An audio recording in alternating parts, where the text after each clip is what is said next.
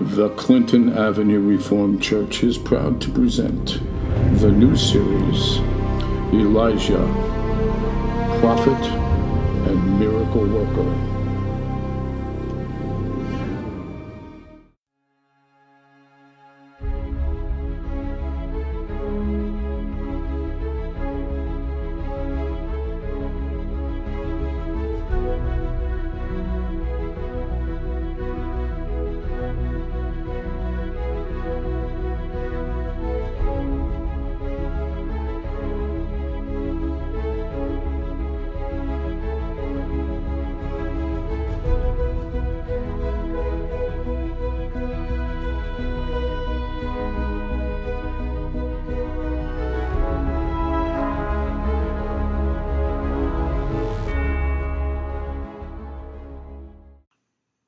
Hello, my friends. It's so good you're back.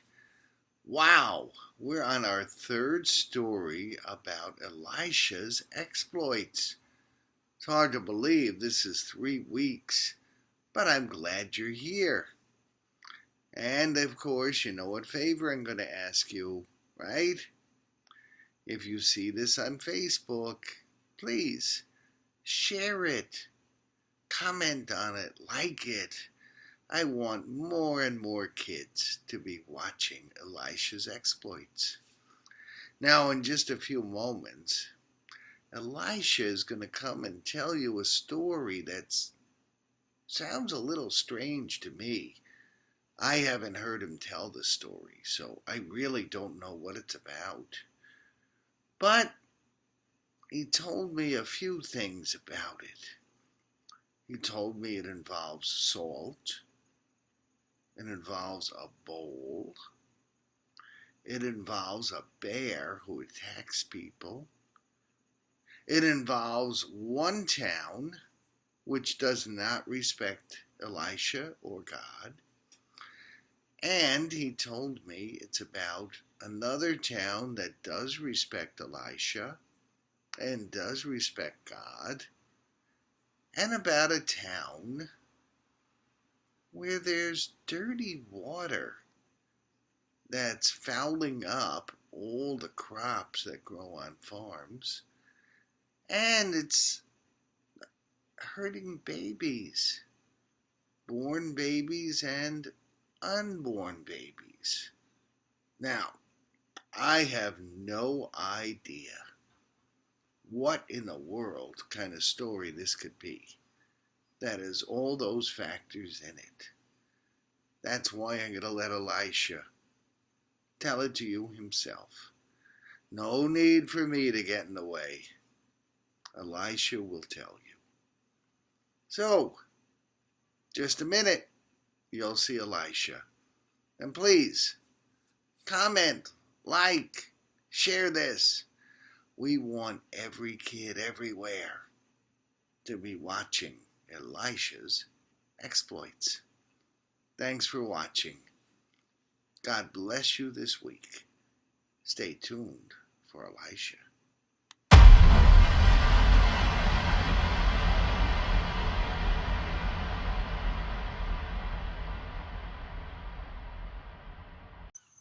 Hello once again, my friends.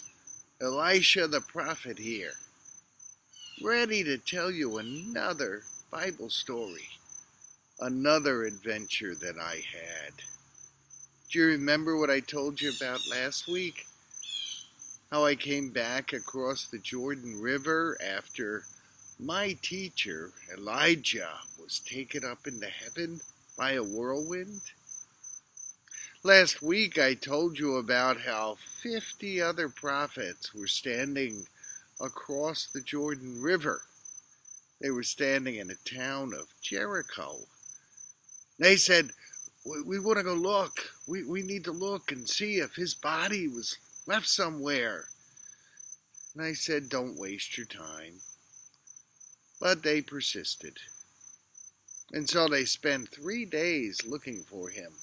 And I knew they wouldn't find him. He was taken up into heaven. And so I stayed in Jericho while they were out looking.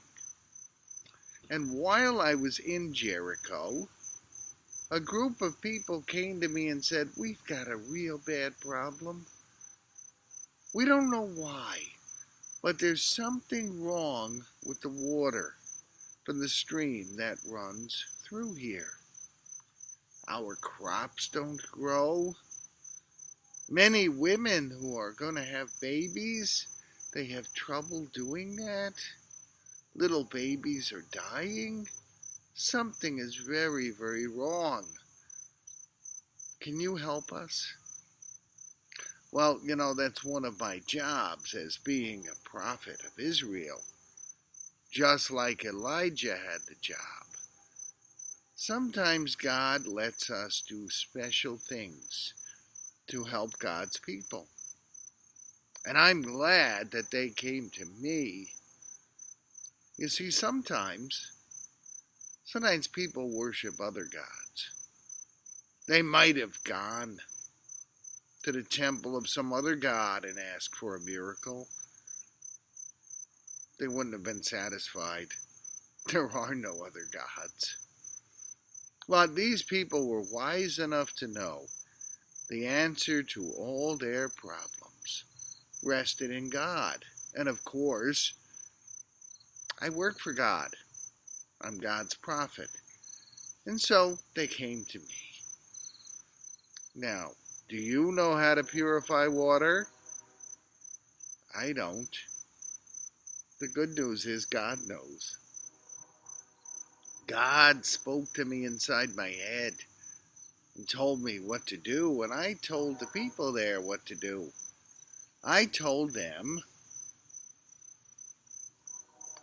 "Get me some salt."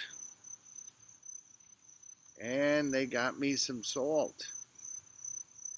And I said, "Get me a bowl." They brought me a bowl. I put the salt inside a bowl. They said, "Okay, now take this, throw it, dump it right in the river that's giving you so many problems." And you know what happened? The water became pure. After that, women had no more problems having children. Little babies were no longer dying. Crops started growing, so there was an abundance of food. I was very, very pleased. I was glad I could help. I'm glad that they came to God's person to ask for a miracle or a blessing from God. And they didn't try to seek solutions somewhere else. God is always the solution to our troubles. I hope you never forget that. Now that's a good part of this story, but there's a bad part too. See, after I left Jericho, I went up to a little town called Bethel. When I got there were people there who didn't respect God at all. In Jericho they did. They asked me to help them with a problem. When I got to Bethel, I found people who didn't respect God. They knew I was God's prophet. You know what they said to me? "Go away. Get out of here. Hey, take your bald head and leave." You wonder why I wear this cap? I'm pretty bald underneath. Well, I got very, very angry. Because when someone respects me, they respect God. And when someone disrespects me, they disrespect God. I'm not going to put up with someone disrespecting God. So what I did, I called a few bears. They were in the woods nearby. Now, maybe you have a bear at home, a nice stuffed little cuddly teddy bear. Maybe you've been to zoos and you see bears in cages. Well, in the wilderness, in the woods, you really don't want to play with a bear. They're pretty big and strong. And this was a she-bear who had cubs nearby. I used my prophetic spirit to call this bear out. And this bear started going after those kids who were disrespecting God by disrespecting me. No one was killed. No one was. I didn't want to kill them, but I wanted to teach them a lesson. This bear went after them, and some of them got some pretty good scrapes. They learned the lesson, I hope. Don't disrespect God. And so there's a story about two different towns. Jericho, that respected God and got the blessing of clean water from salt, and Bethel, who disrespected God and God's prophet. And they got some bruises and cuts from a she-bear. So, what kind of town would you rather live in? One that respected God or one that disrespects God? And what kind of person are you? One who respects God or one who disrespects God? You know, every single day we ask ourselves and decide by our actions, are we people who respect and honor God, or are we people who disrespect and dishonor God? That's a question each of us ask ourselves and each of us live each and every day. I hope you folks respect God each and every day. Well, you have a very, very fine week.